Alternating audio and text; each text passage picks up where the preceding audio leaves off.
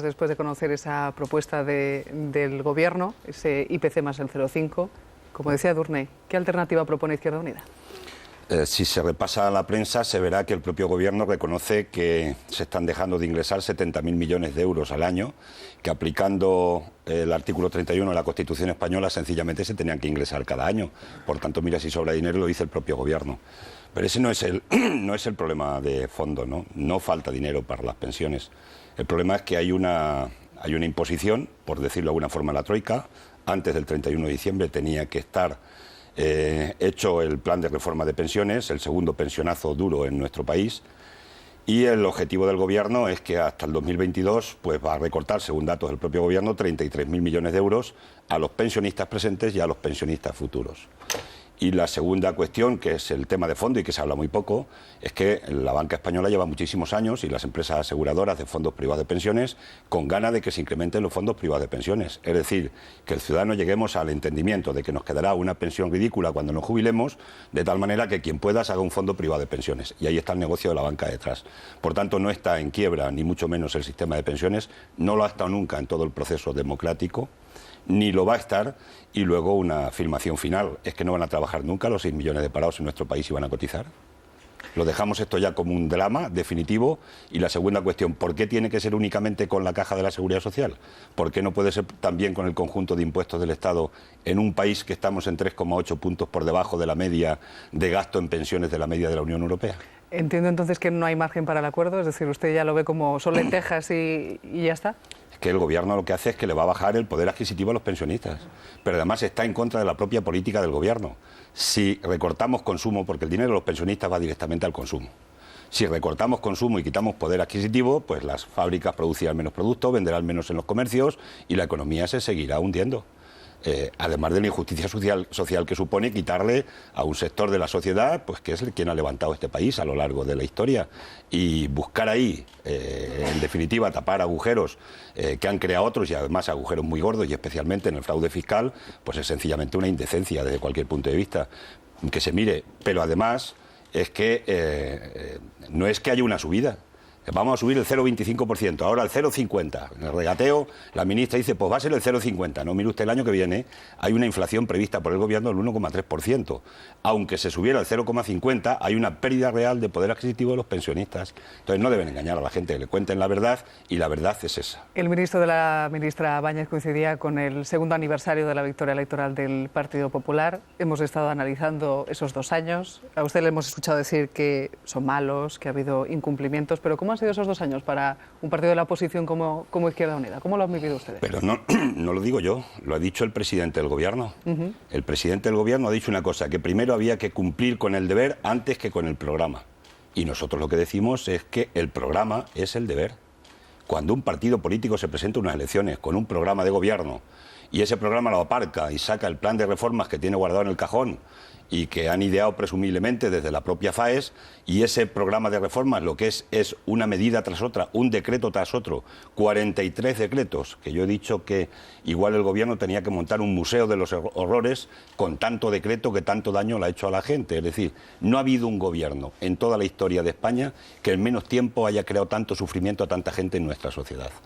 Por tanto, es el propio Gobierno el que ha violado su propio programa electoral, y eso no es serio. Eso no tiene ninguna solidez.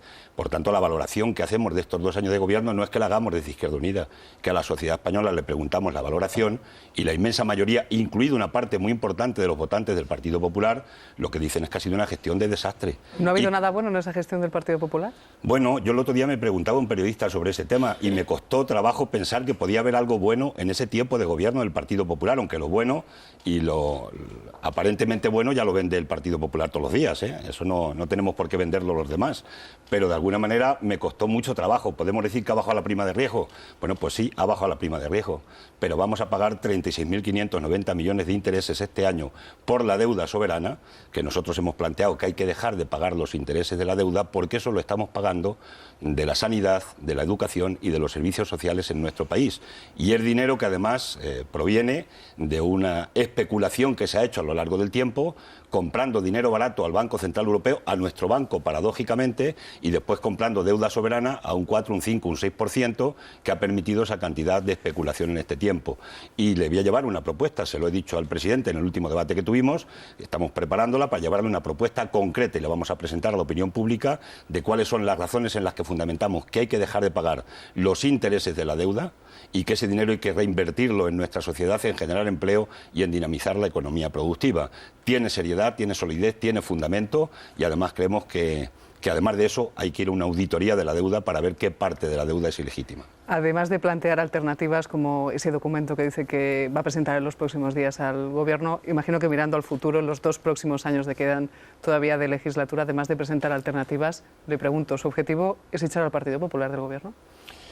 Bueno, es que el Partido Popular sea como un partido político que llega al gobierno con un programa y aplica un programa radicalmente contrario y además está haciendo tanto daño a tantos ciudadanos a lo largo del tiempo, se convierte en un problema para el país. Pero además es que es un partido que está tapando una trama de corrupción que ha tenido en su propio partido, muy seria, muy grave en ese sentido. Y si este partido además ha ganado elecciones con fondos ilegales, podríamos hablar que ha ganado las elecciones dopado y quienes ganan los trofeos dopados, ya saben ustedes que en términos deportivos le quitan normalmente los trofeos. Es que se ha convertido en un problema para el país muy serio, repito, por un incumplimiento flagrante del programa y por además tener en sus filas una trama de corrupción tremenda. Esto está dicho por el propio portavoz del Partido Popular, por eso lo utilizo sin ningún tipo de ambajes. Está reconocido en una diputación permanente.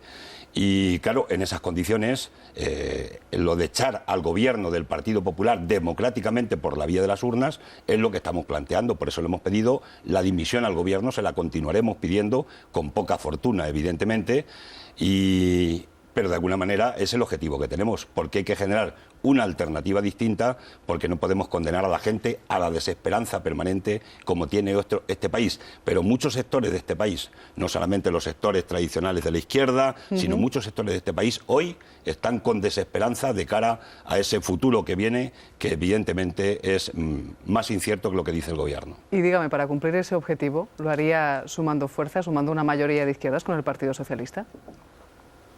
Nosotros estamos preparando la alternativa, una alternativa anticapitalista y antineoliberal. Esta es nuestra hoja de ruta. Es una alternativa a lo existente, a lo que no ha funcionado. Porque aquí han sido unas políticas neoliberales las que nos han llevado a este desastre, ¿no? Y esa la vamos a hacer con toda la gente que quiera estar en ese camino.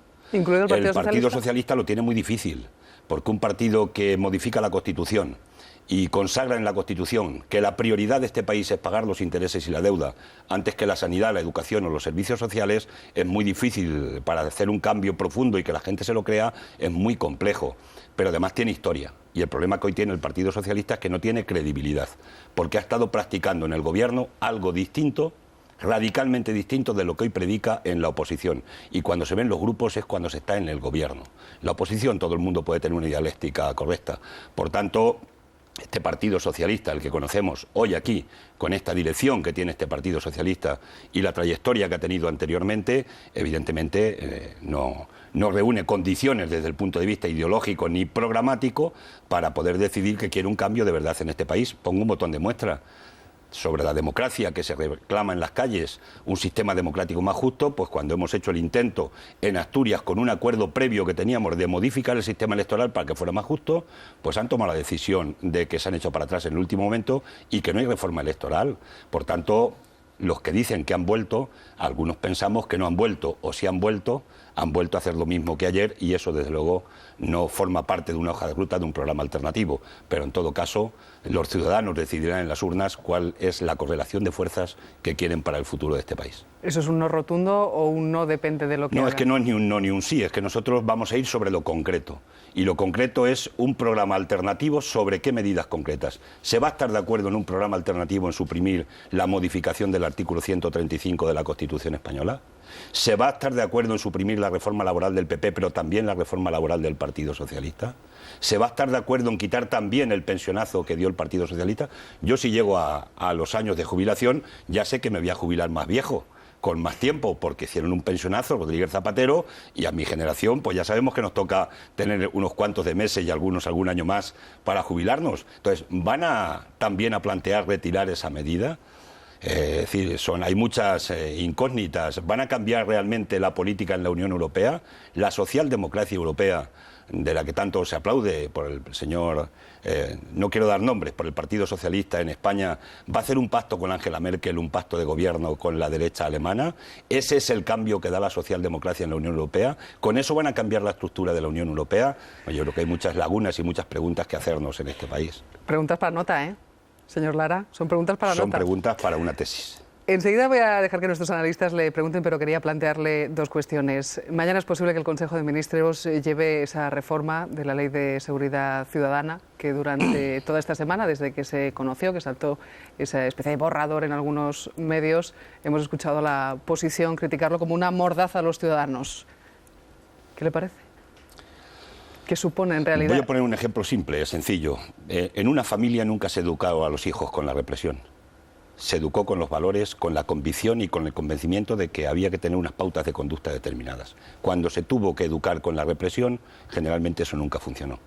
Y cuando hay una gente que sale a la calle, que tanta gente no puede estar equivocada, que protesta cada día, que el día 23 se van a llenar las calles de España, de gente que protesta de distintos sectores de la sociedad frente a la política de este gobierno, eso no se puede resolver con más represión, que es lo que pretende esa famosa llamada Ley de Seguridad Ciudadana. Es demasiado eufemismo lo que utilizan en esa ley, ¿no?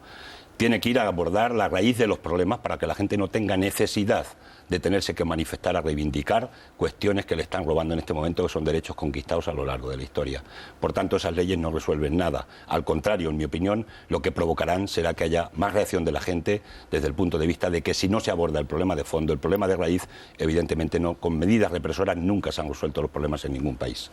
La otra cuestión que quería plantearle de esta misma semana, Consejo General del Poder Judicial, Izquierda Unida ha conseguido un miembro, de hecho, porque los socialistas renunciaron a uno de los nombres que podrían proponer. Hay quien ha visto ese acuerdo entre las partes algo poco visto, me va a permitir la expresión, llegar a acuerdos y pactos entre los partidos políticos en esta legislatura, y hay ciudadanos a quienes no le huele demasiado bien este asunto. ¿Qué les dice? Un poco un cambio Yo niego de la mayor. Aquí no se trata de una renuncia de un grupo político de los que les pudiera corresponder. ¿Quién decide los que les pueden corresponder? Yo hago otra pregunta. ¿Es que la tercera fuerza política de este país no tiene ningún derecho a proponer una persona en el Consejo General del Poder Judicial precisamente porque queremos que se vele por la independencia del sistema judicial en nuestro país? Es el órgano de los jueces y nosotros hemos defendido siempre que el órgano de los jueces se tiene que decidir por los representantes políticos elegidos por los ciudadanos. Ese es nuestro concepto que tenemos desde el punto de vista democrático. Por tanto, nadie nos ha dejado un hueco para que nosotros entremos. Nosotros, cuando el gobierno nos hace la propuesta en el último momento, decimos, si nosotros entramos es por derecho propio, no porque nadie nos regale nada. No somos apéndices de nadie. Y en ese sentido se ha entendido así, y en ese sentido hemos hecho nuestra propuesta, como la hizo el PNV, como la ha hecho Convergencia y Unión, y como la han hecho los demás, en el órgano de los jueces. Y, por tanto, legitimados para ello, porque nos legitiman, repito, ser la tercera fuerza política de este país y representar al número de ciudadanos que representamos. Lo que es incongruente es que, por ejemplo, no estemos en la mesa de las Cortes, se haya excluido la tercera fuerza política de este país de la mesa de las Cortes, que se nos haya excluido de la Comisión Nacional del Mercado de la Competencia. En fin, eso es lo que no es congruente. Es decir, los que pretenden mantener un sistema bipartidista en este país y no contar con la realidad de lo que es la representatividad real, se están equivocando. Y en el tiempo los ciudadanos serán los que darán la razón a que tengamos que tener una democracia de mayor calidad en todas las instituciones del Estado. Casimiro. Buenos días. Buenos días. Acaba usted de decir que una de sus propuestas va a ser la de no pagar los intereses de la deuda. Yo sé que es dura. Yo lo que le digo es que el día que España haga eso, España estará en suspensión de pagos. Es decir, habrá una salida de capitales de este país que hará muy difícil que la economía se vuelva a recuperar, porque para que haya reparto de la riqueza, primero tiene que haber riqueza. Pero le he visto tan radical en sus propuestas anticapitalistas que lo que yo le quiero preguntar, ¿a usted le parece bien, por ejemplo, la política que está llevando Maduro en Venezuela, que por decreto decide que los precios bajen un 50%, que por decreto se pueden ir a los almacenes a coger las cosas a mitad de precio, que ¿Usted ve bien esa política? ¿Usted cree que por decreto se pueden bajar los precios, subir los salarios, subir las pensiones? ¿Usted cree que eso se puede hacer? ¿Que un país en el contexto en el que estamos, ¿es razonable que pueda subsistir con ese tipo de políticas? Nosotros vivimos en España, no Sí, vivimos en Venezuela. digo, sí. Y cada país tiene sus propias condiciones, historia, y si hacemos cuenta de la historia, de los datos en Venezuela, de cómo se ha producido la redistribución de la riqueza en Venezuela, que sí tienen riqueza porque tienen petróleo, por fortuna, desde hace 10 o 12 años, cogemos todas las estadísticas y vemos efectivamente cómo se ha producido una redistribución de la riqueza que no se soñaba por parte de muchísima gente que se podía producir, y además decían que era imposible. Yo me quedo con la mayor. Ahora bien, hablando de decretos, en España llevamos 43 decretos. Aquí se está gobernando por decreto y por la mayoría absoluta. ¿Y eso no levantamos una bandera? ¿Por qué no se gobierna con proposiciones de ley y se discute con la sociedad y se hacen como se tienen que hacer las leyes? ¿Por qué son decretos leyes convalidados por el Congreso por la mayoría absoluta y al minuto uno aplicándoselo a la sociedad? En eso no le podemos dar lecciones a nadie en nuestro país. Otra cosa es que esos decretos leyes sean buenos para los ciudadanos o no sean buenos para los ciudadanos. Y pongo un pequeño botón de muestra. En Andalucía se ha hecho un decreto ley para garantizar el derecho a la vivienda a los ciudadanos que los echaban los bancos de su casa porque no podían pagar la hipoteca de la vivienda. Y automáticamente nos lo ha recurrido el Gobierno al Tribunal Constitucional. Es decir, cuando hacemos un decreto que viene a reconciliar a la gente con la política y a resolver los problemas de los ciudadanos y a cumplir nuestra Constitución, nos encontramos con un Gobierno que lo recurre al Constitucional para paralizarlo. Le hemos dado la vuelta y hay 3.200 familias que ya se han beneficiado de esa medida, que es una medida moderada, suave y además una expropiación de uso que encima se le pagaba a la banca una cantidad por esa expropiación de uso. Por tanto, depende qué decretos y depende de que los decretos también estén asumidos por el conjunto de los ciudadanos y discutidos sobre todo con la sociedad y el tejido social. Natividad. De lo poco que nos falta por hablar es de inmigración y de los etarras excarcelados. De inmigración, las cuchillas de Melilla, supongo que tendrá algo muy contundente que decir. Y de los etarras excarcelados, ¿es usted partidario de retirarles el subsidio hasta que paguen las deudas que tienen con sus víctimas? ¿Van a resolver las cuchillas el hambre de la gente? Esa sería la pregunta. Pero ¿van a resolver las cuchillas que la gente no siga llegando allí, saltándose la valla y muriendo incluso por las cuchillas? Porque cuando han decidido venir ahí, es que les da igual ya la vida y la muerte. Que deciden que en lugar de morir en un sitio determinado, se vienen a morir a otro sitio si no les dejan de llegar, o mueren como los de Lampedusa, que por cierto, como dato característico, clásico, desgraciadamente increíble, inconcebible en la Europa desarrollada, les dieron la nacionalidad después de muertos para no tenerlos que repatriar y no gastarse en el dinero en los aviones. Eso es deleznable. No resuelven el problema del hambre. No se puede estar recortando fondos en la propia Unión Europea y en los presupuestos generales del Estado de este país, de este año, del año pasado y del otro, en cooperación y de ayuda al desarrollo. No se puede estar expoliando el África por parte de multinacionales y de gente que está expoliando los recursos de la parte subsahariana del África y pretender que la gente se muera allí de hambre y que no vengan para acá. No. Con las vallas metálicas y con las cuchillas no van a parar el hambre. El hambre se para con cooperación, con desarrollo y con cambiar los parámetros que se tienen de cara a ese llamado tercer mundo. Y la siguiente cuestión, cuando un ciudadano sale de la cárcel y es ciudadano de pleno derecho, es ciudadano de pleno derecho a todos los efectos jurídicos. Aunque deba mucho dinero a sus víctimas.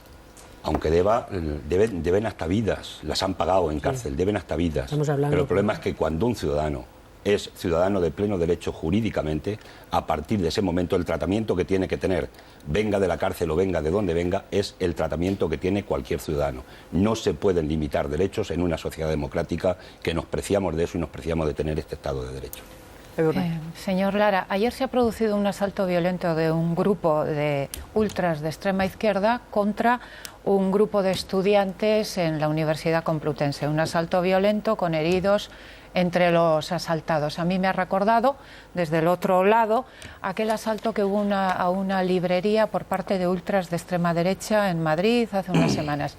Entonces ustedes pidieron medidas duras contra los grupos de extrema derecha, exigieron al ministro del Interior medidas, y hoy le quiero preguntar su valoración de ese asalto de ultras de extrema izquierda y si van a pedir también las mismas actuaciones contra esos grupos al ministro del Interior. Vamos a ver, la violencia es violencia, la genere quien la genere. sin ningún género de dudas. Y nosotros, la actitud que se ha tenido y que hemos conocido, nosotros no forma parte ni de nuestro ADN, ni de lo que vamos a defender ni defendemos en nuestra fuerza política. Eso vaya por delante. Por tanto, la condenamos desde ese punto de vista sin ninguna duda. Pero estos hechos, que son deleznables, en este caso concreto, son más anecdóticos que otros que se han producido en este país por parte de otros grupos de la ultraderecha. Aquí ha habido un dejar hacer, y no ha sido una anécdota. Han sido más de una anécdota, dejar hacer que se produjeran posiciones de ensalzamiento de lo que son posiciones fascistas en este país en los últimos meses, con una oleada increíble, hasta encontrarnos en una plaza de toros una pancarta impresionante que no quitó la autoridad correspondiente, creo que fue en la plaza de toros de Pinto, no estoy seguro si es la ciudad esta, pero donde ponía Hitler tenía razón, y la autoridad competente no la quitó. O encontrarnos con un alcalde que dice que si lo fusilaron y lo mataron es porque algo habrían hecho, y es un alcalde del Partido Popular. Y eso, alimentar esas posiciones, lo que viene a traer luego después son consecuencias tremendas. Por tanto, no justifico una cosa con la otra. Cualquier tipo de violencia que se genere, nosotros vamos a estar en contra de ella porque entendemos que eso no tiene cabida en lo que son las reivindicaciones que hacemos la gente en un Estado de Derecho y en un Estado que además queremos que avance la convivencia y que avance la democracia de calidad. Cayo Lara, agradecemos que haya estado esta mañana aquí con nosotros en la Euro de Televisión Española desayunando con nosotros. Muchísimas gracias. Pues gracias a ustedes. Hasta otra ocasión.